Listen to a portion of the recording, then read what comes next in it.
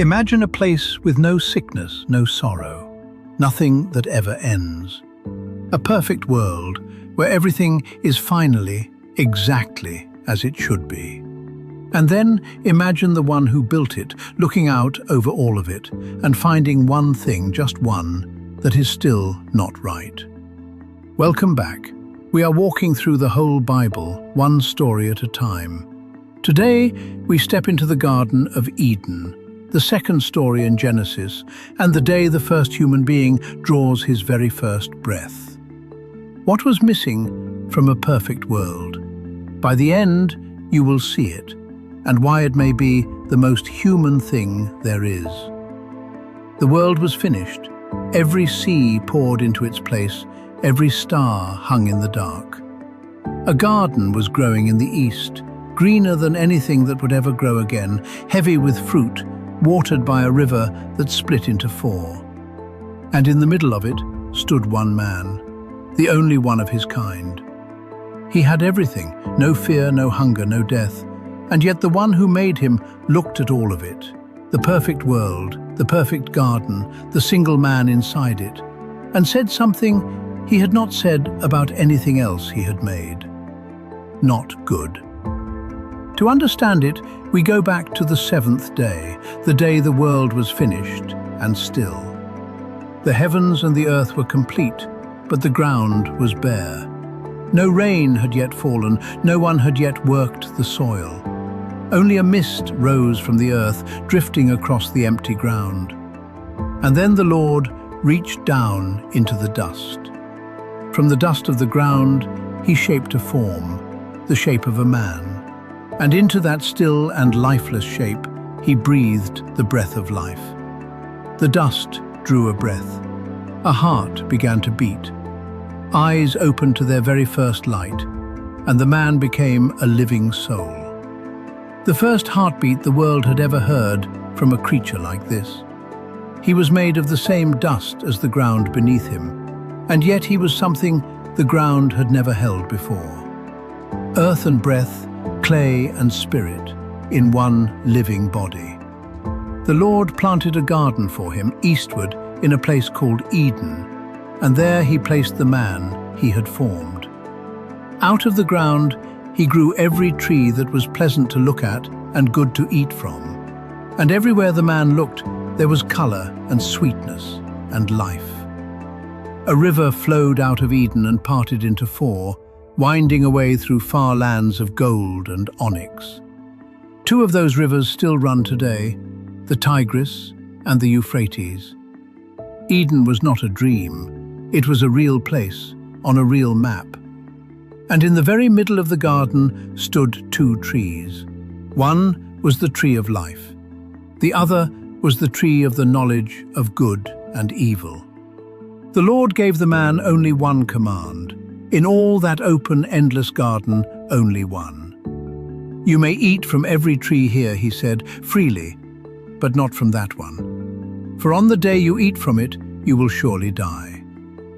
So the man had a whole world to himself, a garden with no locks, a life with no end.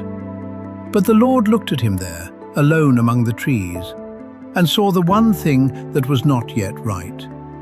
It is not good, he said, for the man to be alone. I will make him a helper, one who stands beside him, one who matches him. Not a servant to wait on him, not a shadow at his heel. An equal, someone who could look him in the eye and answer him and stand at his side as his match.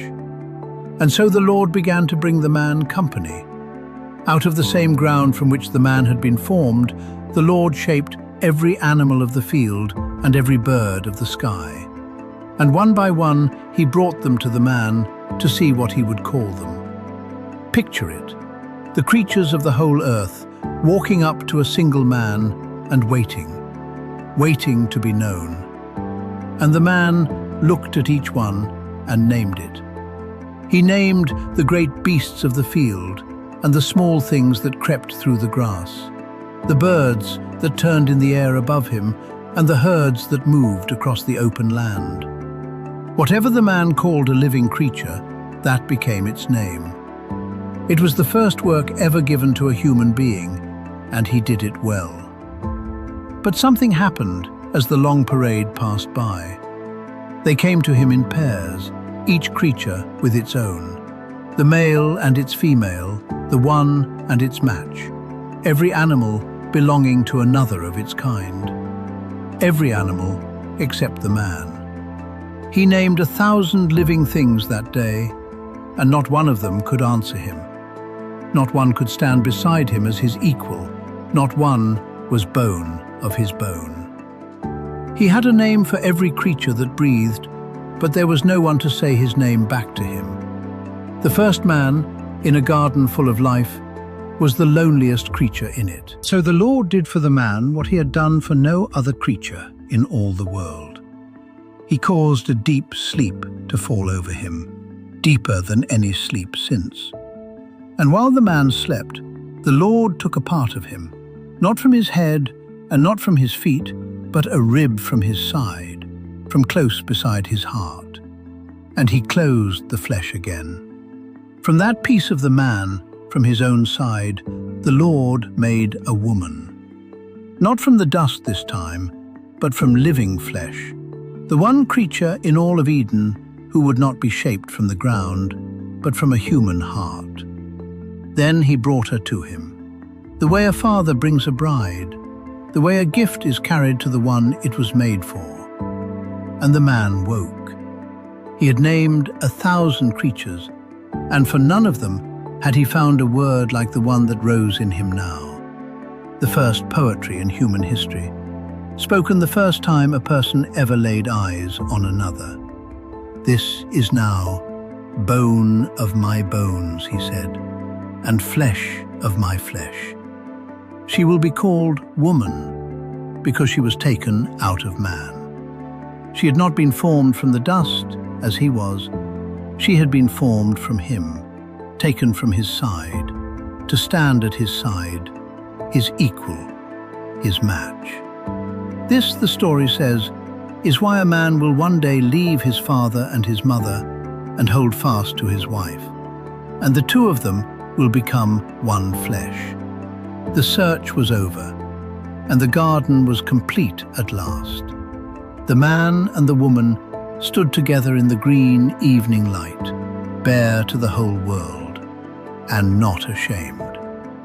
Look at what the whole story is built around. A man in a perfect world with everything, and one thing missing, someone to turn to. Of all that could be wrong in paradise, the text names only this: it is not good for a person to be alone.